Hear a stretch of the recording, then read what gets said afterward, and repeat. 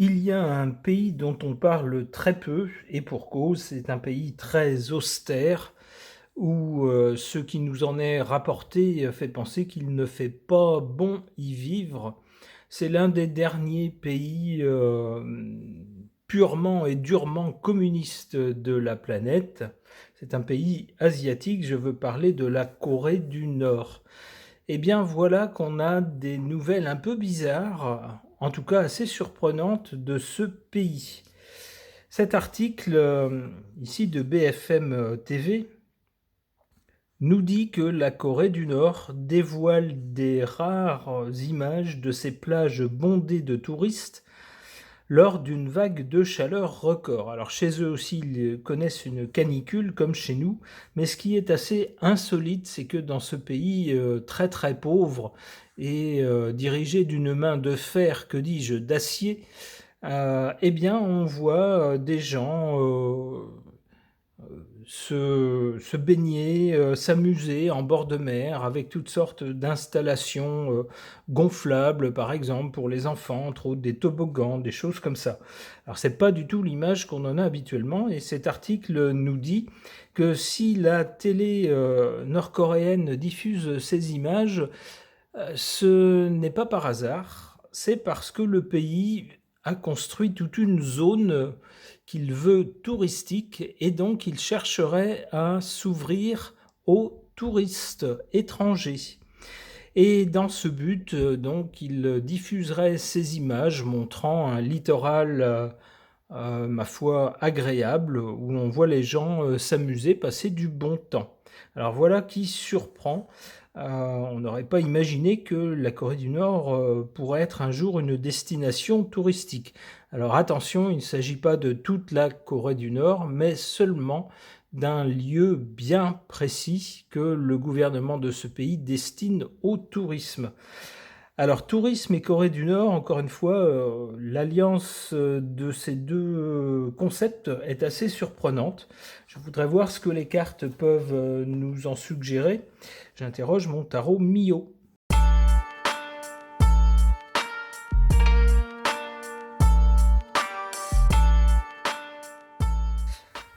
Alors quoi? Alors d'abord le soleil.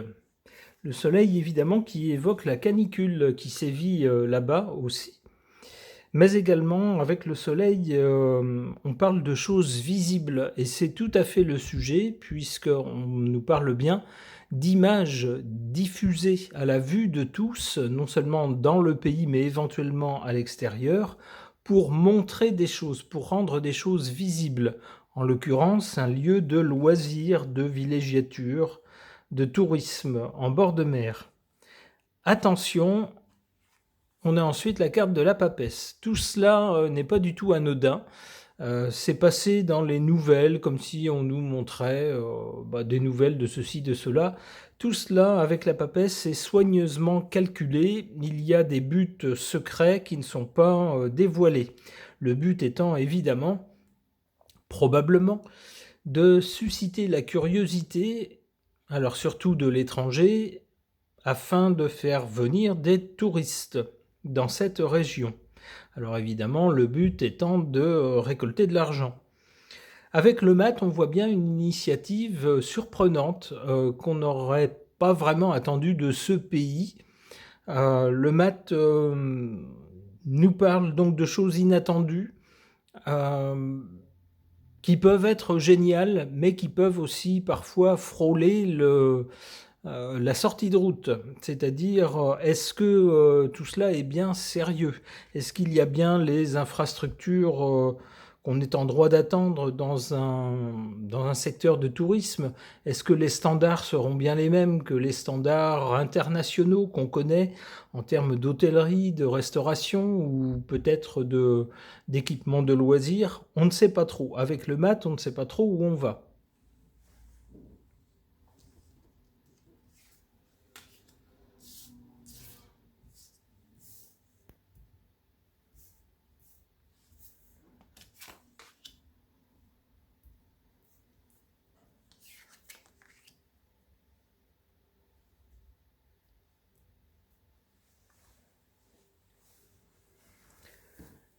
En carte favorable, la roue de fortune qui nous parle d'une évolution ou d'un changement, dans ce cas-là, favorable. Alors a priori, avec cette carte dans cette position, on peut y croire. On peut penser que, en effet, le pays cherche authentiquement à s'ouvrir au tourisme, cherche à accueillir des touristes étrangers. En carte défavorable, l'ermite qui nous parle de temps et de durée. Bah oui, pour un pays qui a été aussi fermé pendant, allez, on va dire 70 ans, presque 80 ans, euh, on ne change pas la nature du pays et peut-être de sa population du jour au lendemain. On sait que là où viennent les touristes, il faut prendre sur soi avec des attitudes parfois bizarres de la part des touristes, parfois irrespectueuses, mais il vaut mieux ne rien dire, ou du moins leur dire gentiment que telle chose ne se fait pas. Pourquoi ? Parce qu'ils amènent de l'argent dans leur poche. C'est ça. Mais dans un tel pays qui est tenu d'une main de fer, où on dit ce qui est possible, mais où tout ce qui est interdit et entraîne automatiquement une sanction, eh bien peut-être qu'on n'a pas une mentalité si souple que ça. Et peut-être qu'il va falloir un peu de temps pour se faire à cette idée de touristes étrangers venant passer quelque temps en Corée du Nord.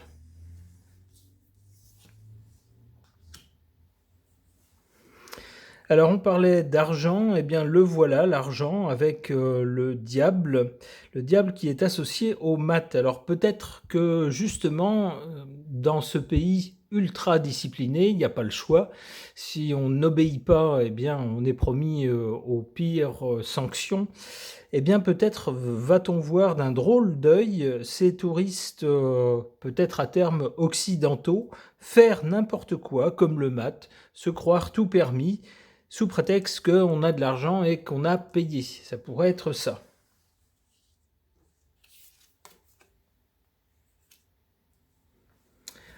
Bon, on a quand même la carte de la force qui tombe là-dessus. On peut penser que, mine de rien, ça sera très encadré et que les forces de l'ordre ou un genre de service apparenté à ce type de personnes, les forces de l'ordre, seront là pour éviter certains débordements. Et peut-être aussi encadrer, peut-être aussi comme autrefois dans les pays communistes de l'Est de l'Europe, des tas de services qui étaient infiltrés partout et qui écoutaient tout ce que les gens disaient. Et s'il y avait des critiques du régime, par exemple, eh bien, un beau matin, la personne n'était plus là. On ne savait pas où elle était, elle disparaissait. Alors, je ne sais pas si ce sera quelque chose d'aussi terrible que ça, mais avec la force, on a vraiment l'impression de quelque chose de très cadré. Si les touristes étrangers un peu foufous arrivent et font n'importe quoi devant les yeux médusés d'une population, elle, très obéissante, très docile, très disciplinée, attention, on interviendra. Ok. Concernant cette étrange idée que la Corée du Nord voudrait timidement, et sur une partie vraiment faite pour cela de son territoire, s'ouvrir au tourisme, en particulier au tourisme étranger, j'interroge donc à ce sujet ce Lenormand ukiyo-e.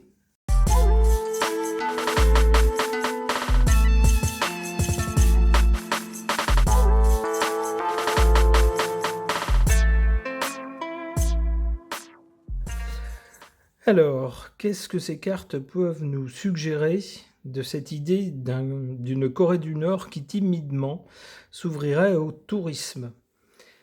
D'abord, du côté de la cause, de l'origine, on a ces souris ou ces rats, comme vous voulez, qui viennent ici manger des denrées. C'est l'idée d'un appauvrissement. Eh bien oui, si on ne s'en sort pas avec ce dont on dispose sur le territoire, qu'est-ce qu'on fait? On se débrouille pour faire venir des gens qui auront de l'argent dans leur poche. Et pour cela, avec cette carte du soleil, il faut se montrer rayonnant. Et puis surtout, avec le soleil, il faut montrer des choses. Il faut donner à voir quelque chose qui peut donner envie. D'où ces images montrées par la télévision nord-coréenne d'une plage où les gens s'amusent, où ils passent du bon temps, où il y a des structures pour les enfants.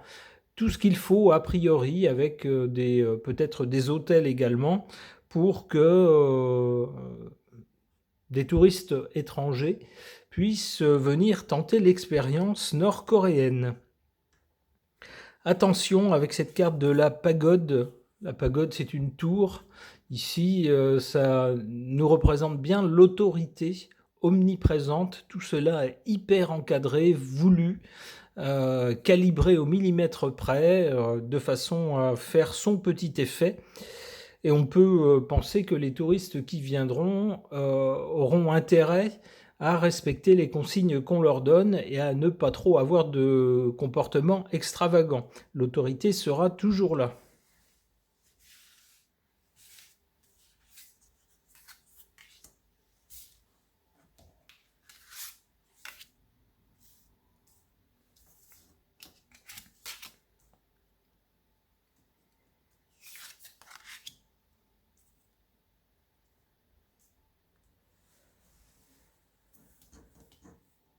En carte favorable, cette carte du trèfle du Japon, une très jolie image d'une jolie fleur, d'une jolie branche avec des fleurs, quelque chose d'agréable, quelque chose de sympathique. On peut penser que c'est une initiative plutôt bienvenue, à la fois pour les personnes de ce pays, les Coréens, et également pour des personnes de l'extérieur qui peut-être se sont dit pendant longtemps, mais qu'est-ce qui peut bien se passer dans ce pays? C'est bizarre, un pays aussi fermé. Eh bien là, il suffirait qu'on l'ouvre un petit peu au tourisme. Alors, évidemment, ça ne va pas changer du jour au lendemain la nature très autoritaire du pouvoir dans ce pays, mais au moins ça aurait le mérite de dire, eh ben, on n'est pas complètement fermé aux étrangers, vous voyez, et puis nous aussi, on peut accueillir des gens sur des stations balnéaires, par exemple. Donc c'est au bénéfice de tout le monde, finalement, cette initiative. En carte défavorable, la carte de l'étoile. Normalement, l'étoile, c'est un espoir, une lumière, une protection. Ici, c'est en position faible ou négative. Ben oui, on a beau essayer de montrer patte blanche pour dire, voyez, hein, notre pays, il n'est pas si mal que ça. Bon, on n'oublie pas toutes les communications qui ont été faites par les personnes qui ont pu s'évader de ce pays et qui en ont rapporté des choses horribles, inhumaines sur le côté autoritaire du pouvoir là-bas. Alors pas sûr que quelques images d'un bord de mer soient suffisantes pour changer l'opinion qu'on a du pays.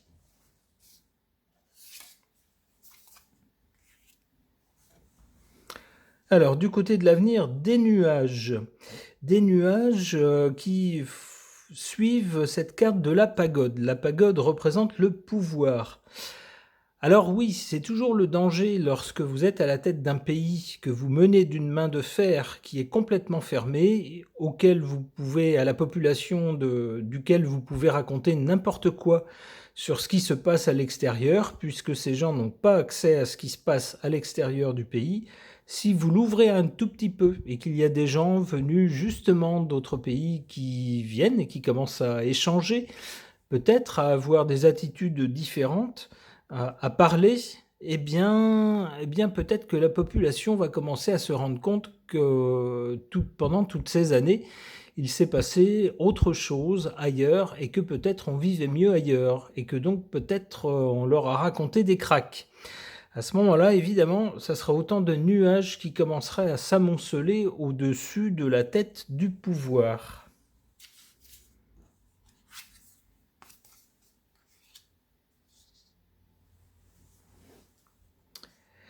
Bon, finalement, le but de tout cela, avec cette carte du poisson, c'est l'argent. Ça fait écho à la carte du début, les souris qui viennent ronger le stock en quelque sorte, les denrées. Donc finalement, on est un peu en manque. Donc on fait appel en quelque sorte aux étrangers, aux poches pleines, pour qu'ils viennent dépenser leur argent dans le pays. Et finalement, c'est ça le but.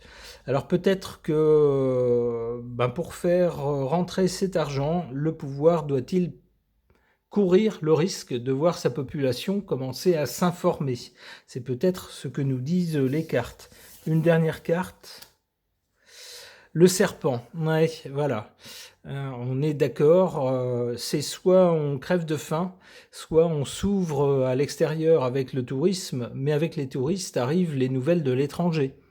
Des gens qui vont raconter ce qui se passe, et puis qui vont leur dire ah, c'est pas possible, vous vivez pas sous le joug d'un pouvoir aussi autoritaire, vous savez qu'ailleurs dans le monde, personne ne tolérerait ça. Et puis, ben voilà, le serpent est sorti de la boîte, en quelque sorte. Bon, eh bien, ça nous promet des heures passionnantes à suivre les effets de cette ouverture au tourisme. Ce tirage est maintenant terminé, merci de l'avoir suivi.